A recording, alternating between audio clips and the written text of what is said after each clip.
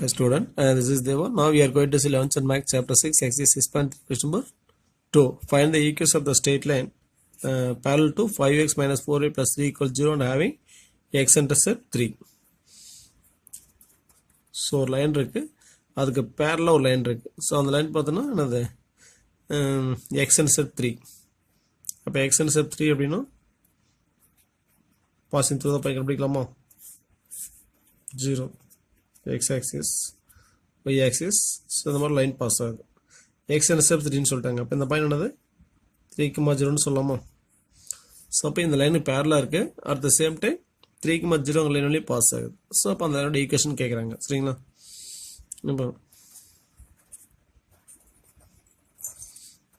the equation of straight line parallel to 5x minus 4y plus 3 equal to 0 is of the form என்ன படிச்சுக்கிறோம் parallel lines are differ only by constant படிச்சுக்கிறோமா so அப்போ இதுக்கு parallel ஒரு line இருக்குன்னா அது எப்படி இருக்கும் 5x minus 4y plus k equal to 0 இருக்கும் சரிங்களா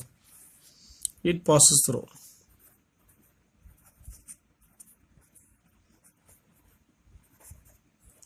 it passes through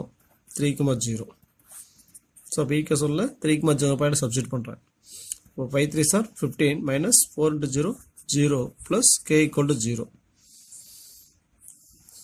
so for k equal to minus 15 therefore the required equation of the straight line is 1 அப்படியே சப்ஸ்டிட் பண்ணுவோம் 5x minus 4 by k is minus 15 equal to 0 புரியுதுங்களா so அந்த given லைனுக்கு பேரலாக இருக்குது at the same time x-intercept 3 அதாவது passing 3,0 அப்படிங்கிற line வழியே பாஸ் ஆகக்கூடிய அந்த லைனோட ஈக்குவேஷன் எப்படி இருக்கும் 5x minus 4y minus 15 equal to 0 இருக்கும் புரியுதுங்களா தேங்க்ஸ் ஃபார் வாட்சிங் நன்றி வணக்கம்